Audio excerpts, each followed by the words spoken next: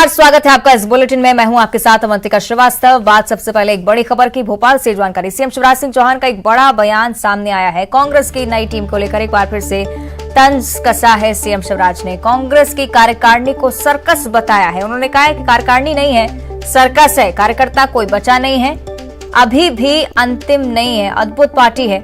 Political affair committee में पिता पुत्र शामिल है। उन्होंने कहा है कि कहीं मां बेटी की पार्टी है, कहीं पिता पुत्र की पार्टी है। कार्यकर्ता कौन है, सिर्फ तुष्टीकरण चल रहा है।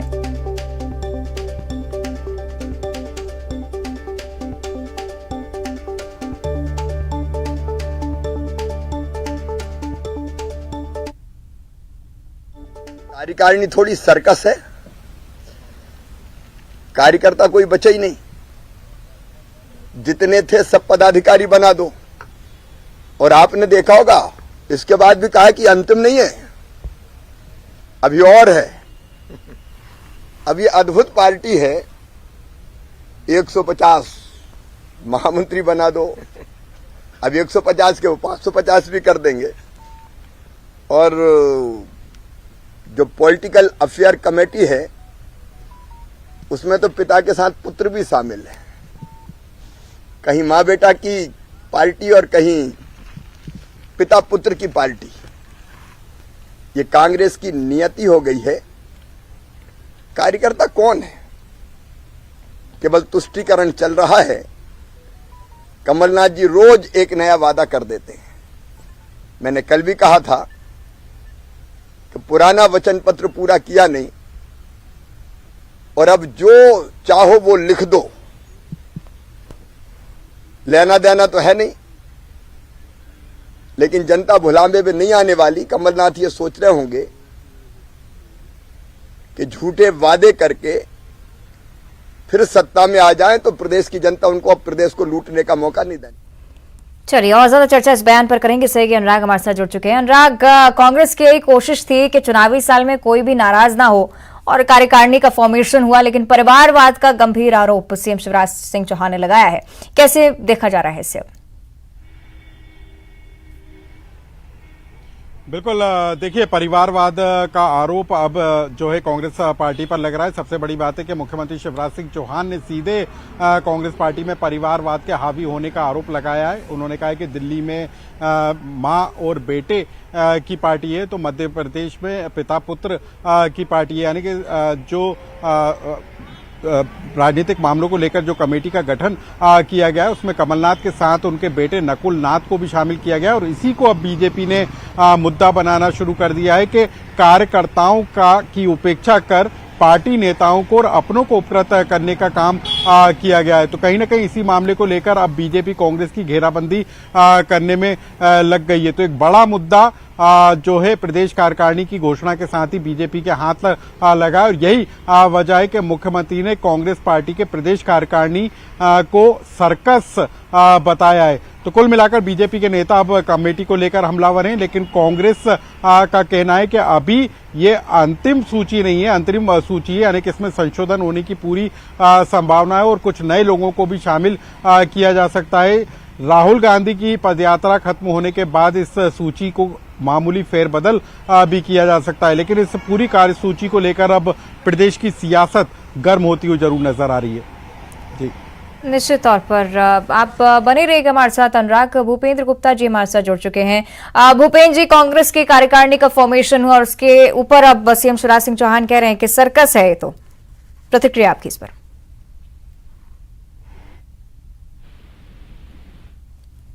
भूपेंद्र जी, मेरी आवाज मिल रही है आपको? चलिए कोशिश करेंगे संपर्क करें हम उनसे, लेकिन उससे पहले अनुराग, जिस बात का हम जिक्र कर रहे थे कि कांग्रेस की तरफ से काफी मशक्कत की जा रही है विधानसभा चुनाव को लेकर लगातार, क्योंकि अब देखा जा रहा है कि कई सारे उनके नेता बीजेपी में भी शामिल हो रहे हैं और इसलिए जरूरी भी है कि जमीनी स्तर पर पार्टी को और सशक्त बनाया जाए। लेकिन ये तमाम मुद्दे हैं जो कि विधानसभा चुनाव में बीजेपी के पास एक मौका छोड़ जाते हैं कांग्रेस पर पलटवार के लिए। अनुराग, बिल्कुल, देखिए, निश्चित तौर पर चुनाव के लिहाज से कांग्रेस ने अपने प्रदेश कार्यकारिणी की घोषणा की और 50 के लगभग जो हैं उसमें उपाध्यक्ष बनाए गए, 105 महामंत्री बनाए गए और यही जो जंबो कार्यकारिणी है इसी को अब बीजेपी ने मुद्दा बनाना। ठीक है अनुराग, माफ कीजिएगा रोक रही हूं आपको। भूपेन्द्र जी हमारे साथ जुड़ गए हैं। भूपेन्द्र जी, कांग्रेस कार्यकारिणी को लेकर निशाना साधा है। सीएम शिवराज ने कहा है कि सर्कस है, कार्यकारिणी नहीं है। देखिए, सर्कस करने का उनका अनुभव बहुत लंबा है, 18 साल का सर्कस है उनके सामने। तो निश्चित रूप से वो उनकी जो भी सोच होती है वो उसी के आसपास घूमती है। जिन लोगों ने फर्जी 22,000 से ज्यादा घोषणाएं की हों, वो जो है वादों की बात करते हैं। वादे जो किए गए उन्हें पूरा किया गया। आज जो है 2008 में वादा किया था आदरणीय शिवराज सिंह जी ने कि वो 50,000 का किसानों का कर्जा माफ करेंगे। 15 साल से उसका ख्याल नहीं आ रहा है, लेकिन जो है 15 महीने की सरकार की सारी बातें ख्याल आ रही हैं। आज इस प्रदेश को लूट डाला है, तो लूट डाला तो कैसे लूट डाला है? इससे ये जो है ना, जब जो और जिन्हें जनता जनमत नहीं देती है वो जनमत भी लूट लेते हैं। ये तो सिद्धांत सामने है ना, जनता जानती है, जनता देख रही है, जनता को मालूम है। क्या जनमत दिया था क्या इन्हें जनता ने? जनता झांसों में आना बंद कर चुकी, तो जहाँ जो है सरकार लूट ली। ये परिस्थिति जो है के आधार पर ये बातें की जाती हैं। ठीक है भूपेन्द्र जी, नकुलनाथ जी के नाम पर भी कहीं ना कहीं दिक्कत है बीजेपी को। कह रहे हैं कि कहीं माँ बेटी की पार्टी बनी हुई है, तो कहीं कमलनाथ जी और नकुलनाथ जी को एक साथ इन्वॉल्व किया गया है। उनकी पार्टी में तो जो है भतीजे, भाई, ससुर सबकी एंट्री है। अभी जो है जो चल रही हैं बातें उसमें यही है कि जो ससुर साहब को वाइस चांसलर बना लिया लोगों ने। ये कौन सी बातें कर रहे हैं? ठीक है, चलिए बीजेपी की प्रतिक्रिया इस पर ले लेते हैं। हितेश वाजपेयी जी हमारे साथ जुड़ रहे हैं। हितेश जी, स्वागत करती हूँ आपका न्यूज 18 पर। नमस्कार, धन्यवाद। अब लगातार आरोप अब यही कि परिवारवाद का सवाल आप उठा रहे हैं, लेकिन आपकी पार्टी में भी भाई भतीजावाद है। कहना है भूपेन्द्र गुप्ता जी का। हितेश जी, देखिए, हमारी पार्टी में किसी भी पॉलिटिकल अफेयर्स कमेटी में बाप बेटे नहीं है, ना चुनाव समिति में है, ना कोर कमेटी में है, कहीं भी आप बता दो। हमारे को एक उदाहरण पिता पुत्र का बता देना आप, तो मैं मान जाऊंगा। आप ही अध्ययन कर लो दोनों को सूचियां उठा के। दूसरी चीज देखिए, कमलनाथ जी हैं कानपुर के कमलनाथ, तो उनका कोई नियंत्रण थोड़ा ना मध्य प्रदेश, वो खुद ही प्रवासी हैं। कानपुर की गलियों में खेले कूदे, बड़े हुए, बचपन निकला, वहीं धंधा किया, फिर उनको एक सीट चाहिए थी तो मध्य प्रदेश आ गए। अब यहाँ पर आ गए तो उनसे संभलना है नहीं, इसलिए 100-150 जितने बचे हैं उनने सबको पद दे दिए। उसके बाद भी रात को कुछ फोन आए तो उन्होंने क्या कहा? तो उन्होंने कहा नहीं साहब, अभी तो यात्रा खत्म होगी, उसके बाद और जोड़ देंगे। साहब क्या चिंता करते, अपने घर की खेती है, 1001 बना देंगे सचिव और 1001 बना देंगे महामंत्री, 1001 बना देंगे उपाध्यक्ष, उसमें जाता क्या है? पर कमलनाथ बने रहेंगे। तो अपने को बने रखने के लिए ये उन्होंने जंबो सर्कस क्रिएट किया है, जिसको हम लोग जंबो सर्कस बोलते हैं। जो कानपुर के लोग हैं वो समझते हैं, इसको वहाँ रेगुलर लगता है। तो उसी जंबो सर्कस को इन्होंने कांग्रेस में तब्दील कर दिया मध्य प्रदेश में, केवल खुद के बचे रहने के लिए और अपने पुत्र के बचे रहने के लिए। ठीक है भूपेन्द्र जी, जवाब देखिए, जो लोग जो है इतने बेशर्मी से, जिन्होंने जो है बिहार में खेले कूदे पले बड़े, प्रभात झा से लिपट के उन्हें अपनी पार्टी का अध्यक्ष बना लिया हो, वो लोग ये जो है कानपुर में खेले कूदे की बातें करें, तो इससे ज्यादा निर्लज्जता कोई हो नहीं सकती। ये इससे बड़ी कोई निर्लज्जता नहीं हो सकती है।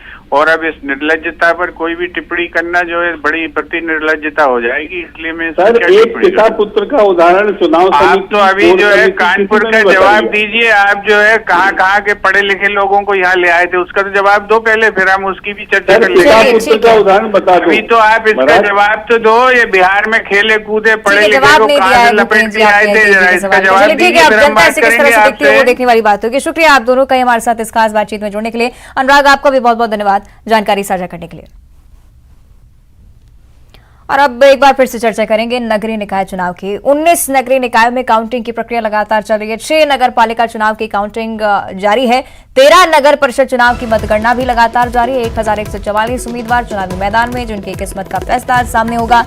नगर पालिका बड़वानी में फिलहाल बीजेपी की जीत की जानकारी सामने आई है। नगरपालिका बड़वानी 24 वार्ड, जिसमें से 14 बीजेपी के नाम, कांग्रेस भी कहीं ना कहीं थोड़ी सी ही पीछे, 10 सीटें कांग्रेस के पास। नगरपालिका सेंधवा में बीजेपी की जीत हुई है। नगरपालिका परिषद सेंधवा 24 का जहां आंकड़ा था, 19 सीटें बीजेपी के पास, कांग्रेस सिर्फ 5 पर सिमटी हुई। तो लगातार अपडेट न्यूज 18 आप तक पहुंचा रहा है। लगातार इस बारे में आपको जानकारी दे रहे हैं कि 6 नगर पालिका और 13 नगर परिषद की क्या कुछ स्थिति है। बेहद ही महत्वपूर्ण आंकड़े हैं कि सीधा अंदाजा विधानसभा चुनाव को लेकर आप इनसे लगा सकते हैं। जमीनी स्तर पर जनता के मन में क्या है, किस पार्टी का दबदबा जमीनी स्तर पर है, इस तमाम चीज को लेकर आकलन आप पहले से ही लगा सकते हैं। बीते दिनों भी जो नगरीय निकाय चुनाव के नतीजे आए, बीजेपी भारी दिखी कांग्रेस पर, और अब प्राथमिक तौर पर जो आंकड़े सामने आ रहे हैं, इस बारे में भी हम आपको जानकारी दे रहे हैं। और गुना की भी चर्चा कर लेते हैं। निकाय के लिए मतगणना लगातार यहां पर जारी। एसपी और कलेक्टर मतगणना स्थल पर मौजूद है। राघोगढ़ नगर पालिका के 13 वार्डों में कांग्रेस आगे चल रही है। कांग्रेस का गढ़ राघोगढ़ नगर पालिका के 11 वार्डों में बीजेपी आगे है। सुरक्षा के लिए पूरी व्यवस्था की गई है। 3 स्तर पर सुरक्षा लगाई गई है। एक तो जो पोलिंग की टेबल्स हैं उसके आसपास सुरक्षा व्यवस्था है, फिर जो कैंपस है उसमें सुरक्षा व्यवस्था लगाई गई है, और एक और सुरक्षा व्यवस्था आउटर कॉर्डर में लगाई गई है, जिससे कि जो अधिकृत लोग हैं वही सिर्फ मतगणना स्थल के अंदर आ सकें, बाकी लोगों को बाहर रोका गया है। चेकिंग भी की जा रही है? हाँ, बिल्कुल चेकिंग की जा रही है, और शहर के जो प्रवेश स्थल हैं वहाँ पर भी चेकिंग लगाई गई है, और मोबाइल पार्टी भी लगातार भ्रमण कर रही हैं। तो देखिए, सुरक्षा व्यवस्था को लेकर गुना एसपी का ये बयान, क्योंकि आमतौर पर गुना में जब जब चुनाव होते हैं तो इस तरह की स्थिति देखी जाती है कि असामाजिक तत्व कई बार नुकसान पहुंचाते हैं मतगणना केंद्रों को, और इसी लिहाज से सुरक्षा की गई है गुना में। और अलग अलग जिलों की स्थिति भी आपको बता रहे हैं, जहां भी नगर पालिका में चुनाव है वहां पर मतगणना की स्थिति लगातार आगे बढ़ती हुई, जहां जहां नतीजे भी डिक्लेयर किए गए हैं उस बारे में भी हमने आंकड़े आपके सामने रखे। राघोगढ़ जहां पर कांग्रेस आगे जाती हुई नजर आ रही है, दूसरी तरफ बड़वानी जहां पर बीजेपी ने जीत हासिल कर ली है। धार में भी काउंटिंग की प्रक्रिया लगातार जारी है। लेकिन बड़ी बात यह है कि गुना में सुरक्षा व्यवस्था को लेकर बयान सामने आया है एसपी का। नगर पालिका की 11 वार्डों में बीजेपी आगे चल रही है। राघोगढ़ की बात की जाए अगर तो कांग्रेस का गढ़ माना जाता है, लेकिन 13 वार्डों में कांग्रेस आगे चलती हुई नजर आ रही है। और उधर एसपी कलेक्टर मतगणना स्थल पर मौजूद हैं। ये जानकारी गुना के लिए, निकाय के लिए मतगणना एक तरफ लगातार चल रही है, दूसरी तरफ सुरक्षा को लेकर पुलिस भी मुस्तैदी से यहां पर काम करती हुई। तो न्यूज 18 सबसे पहले आंकड़े आप तक पहुंचा रहा है। जहां जहां जीत के आंकड़े सामने आ रहे हैं सीधे आप तक हम पहुंचा रहे हैं। पांचसेमल जहां बीजेपी 11 सीट पर आगे, कांग्रेस 2 पर दिखती नजर आ रही है। अब देखना होगा 1144 उम्मीदवारों की किस्मत में आज क्या है, क्योंकि शहर सरकार जिसका सीधा असर राज्य सरकार पर पड़ने वाला है, यानी कि सीधा इशारा विधानसभा चुनाव की ओर भी। जमीनी स्तर पर स्थानीय लोग जिनके मन में तमाम मुद्दे इस बार मतदान के दौरान होंगे, उनका कितना असर पार्टियों पर पड़ेगा। राजनीतिक पार्टियों के तौर पर अब देख सकते हैं कि शक्ति प्रदर्शन का भी एक जरिया, क्योंकि नगरीय निकाय चुनाव के जरिए आप जमीनी स्तर पर कार्यकर्ताओं में जोश भर सकते हैं कि पार्टी की स्थिति कितनी मजबूत है। लेकिन विधानसभा स्तर के लिए थोड़ी सी और मेहनत की जरूरत दोनों ही पार्टियों को, क्योंकि कांटे की टक्कर इस बार बीजेपी और कांग्रेस में नजर आती है। तो देखिए, तमाम जो प्रमुख नगर पालिका है उसको लेकर आंकड़े अब धीरे धीरे सामने आ रहे हैं। करीब 12 से 1 बजे तक स्थिति साफ होने के आसार हैं फिलहाल। लेकिन बड़ी बात यह कि कुछ जो प्रमुख क्षेत्र हैं जहां पर बीजेपी और कांग्रेस का गढ़ माना जाता है, वहां पर बादशाहत लगातार बरकरार। हालांकि जो आंकड़े सामने आएंगे, जो रिजल्ट सामने आएंगे, उसी पर टिप्पणी करना ठीक होगा, क्योंकि प्राथमिक तौर पर जो रुझान होते हैं वो उनमें कई बार फेरबदल हो जाता है, उसके बाद जो निष्कर्ष होता है वो काफी अलग होता है। तो फिलहाल आपको जानकारी दें कि बड़वानी में बीजेपी ने जीत हासिल कर ली है। बड़वानी के जो आंकड़े आपको बता रहे हैं, 24 वार्ड जिनमें से बीजेपी पर 14 हैं, और साथ ही साथ कांग्रेस 10 पर है काबिज। जबकि सेंधवा की अगर बात की जाए, नगर पालिका, बीजेपी की जीत सेंधवा में भी, 24 वार्ड सेंधवा में भी, और 19 पर बीजेपी का कब्जा। कांग्रेस 5 पर सिमटी हुई यहां पर नजर आ रही है। तो अलग अलग आंकड़े आपको बता रहे हैं। गुना में भी लगातार काउंटिंग जारी, क्योंकि दिग्विजय सिंह का गढ़ इसे माना जाता है, इसलिए सभी की नजर इस पर भी। और अब बात करेंगे छत्तीसगढ़ की। आदिवासी युवती से रेप के आरोप में फंसे नेता प्रतिपक्ष नारायण चंदेल के बेटे पलाश चंदेल की तलाश में पुलिस लगातार जुटी हुई है। जांजगीर चांपा में पुलिस ने पलाश चंदेल की तलाश में नेता प्रतिपक्ष नारायण चंदेल के घर पर छापामार कार्रवाई की। देर रात नारायण चंदेल के घर पर यह कार्रवाई हुई। हालांकि पलाश चंदेल घर पर मौजूद नहीं था। रेप के आरोप लगने के बाद से पलाश चंदेल फरार बताया जा रहा है।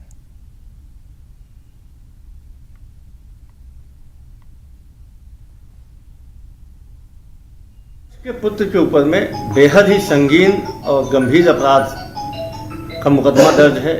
एक महिला के साथ में दुराचार का मुकदमा दर्ज है।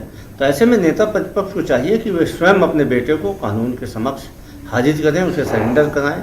निश्चित तौर पे पुलिस अपना काम कर रही है। अपराधी भले ही रसूखदार है, कहीं भी छुपा हो, पुलिस उसे खोज के सामने लाएगी। लेकिन जो नैतिकता का तकाजा है उससे यह बोलता है कि नेता प्रतिपक्ष जैसे महत्वपूर्ण पद में बैठे हुए व्यक्ति को कानून का सम्मान करना चाहिए, अपने बेटे को सरेंडर करवाना चाहिए, जो भारतीय जनता पार्टी का नेता भी है। यह दुर्भाग्यजनक है कि भारतीय जनता पार्टी के सारे बड़े नेता इस मामले में या तो चुप्पी साधे हुए हैं या नेता प्रतिपक्ष के पुत्र के बचाव में बयानबाजी कर रहे हैं। तो देखिए, कांग्रेस की प्रतिक्रिया आपने सुनी। साफ तौर पर उन्होंने कहा है कि नेता प्रतिपक्ष नारायण चंदेल हैं, कानून का सम्मान उन्हें करना चाहिए। और अगर इस तरह का आरोप है और उनकी तरफ से कुछ गलत नहीं हुआ है तो क्यों चुप्पी साधे हुए हैं बीजेपी के तमाम नेता? क्योंकि रमन सिंह से भी जब मीडिया ने सवाल पूछा था, साफ तौर पर उन्होंने कहा था कि पूरी जानकारी नहीं है, उसके बाद ही कुछ टिप्पणी होगी जब जानकारी लगती है। लेकिन अभी तक बीजेपी की तरफ से आधिकारिक तौर पर इस पर कोई बयान नहीं। कांग्रेस लगातार बीजेपी पर हमलावर। नेता प्रतिपक्ष के बेटे की गिरफ्तारी के लिए पुलिस को छापामार कार्रवाई करनी पड़ती है।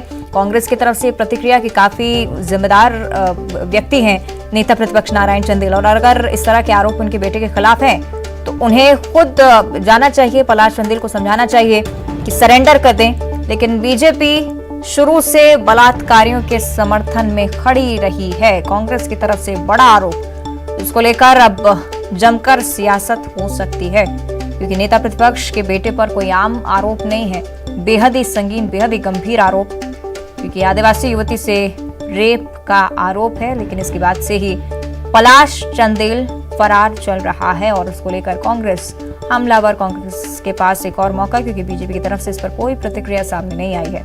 नेता प्रतिपक्ष ने भी खुलकर इस पर अभी बात नहीं की है और इसीलिए ये आरोप कहीं ना कहीं सिद्ध हो जाते हैं, कांग्रेस का ऐसा कहना है। हालांकि पुलिस की तफ्तीश में ही बात स्पष्ट हो पाएगी।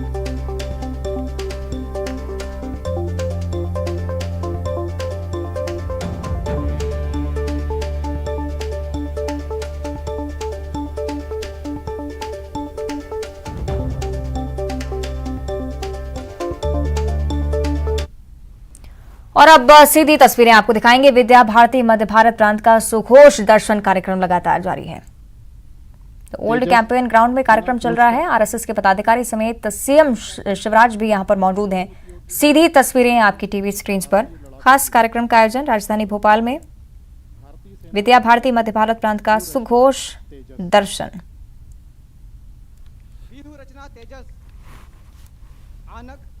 ओल्ड कैंपेन ग्राउंड की तस्वीरें आपको दिखा रहे हैं। घोष दक्ष,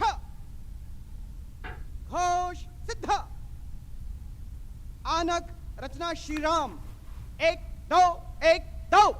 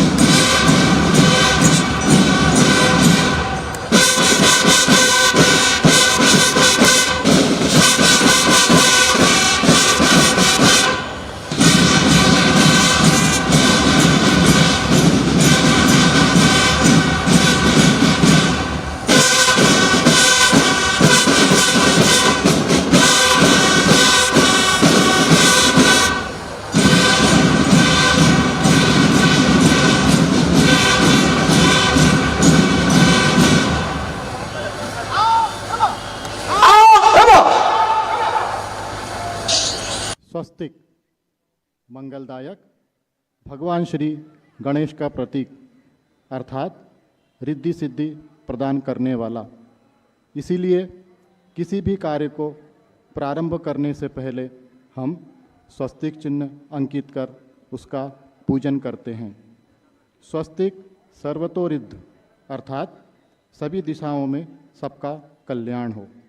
स्वस्तिक क्षेम कायति इति स्वस्तिकः अर्थात कुशल क्षेम या कल्याण का प्रतीक ही स्वस्तिक है। प्रस्तुत है व्यू रचना स्वस्तिक। घोष दक्ष।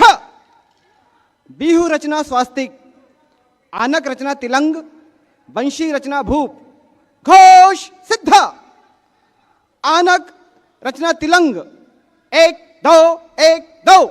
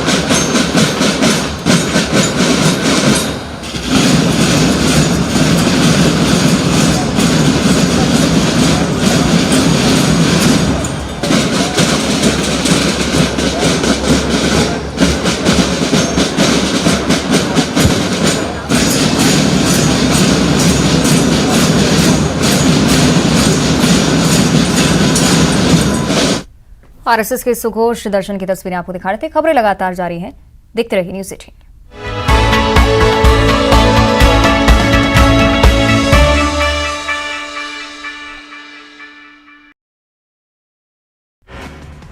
धीरेन्द्र शास्त्री पर बोले भूपेश बघेल, लोगों को सिद्धियां मिलती हैं लेकिन चमत्कार नहीं दिखाना चाहिए। छत्तीसगढ़ में हुई सबसे ज्यादा धान खरीदी, छत्तीसगढ़ की अर्थव्यवस्था सबसे बेहतर, सीएम बघेल ने दिया बयान। छत्तीसगढ़ मनवा कुर्मी क्षत्रिय समाज का राज,